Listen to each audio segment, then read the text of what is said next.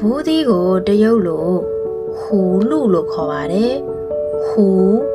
လူဘူးဒီကလော်အော်ဒီကိုရွှန့်လာလို့ခေါ်ပါတယ်ရွှန့်လာ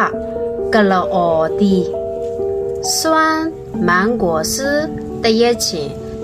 ကိုမှပေါက်ထားတဲ့အမြင်လေးတွေပေါက်ထားတဲ့တရက်ချင်းအထုပ်ကလေးပေါ့နော်အဲ့လိုပုံစံမျိုးတွေသုံးတာဖြစ်ပါတယ်酸芒果丝တရက်ချင်း竹鼠娃物苦瓜这些伢的可真伢的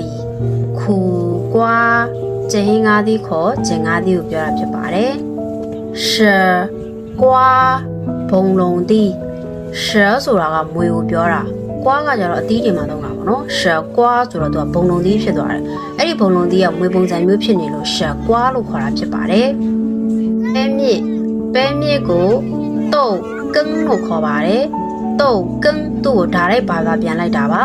တုတ်ကကြတော့ပဲကိုပြောတာဖြစ်တယ်ကင်းကကြတော့အပင်တွေမှာရှိတဲ့ပင်စင်အမြစ်တွေကိုပြောတာဖြစ်ပါတယ်တုတ်ကင်းဆိုတော့ပဲမြစ်ဖြစ်သွားတာဖြစ်ပါတယ်ဖြူသီးဇီးဖြူသီးကိုတရုတ်လိုယိုကန်း果လို့ခေါ်ပါတယ်ယိုကန်း果ဇီးဖြူသီး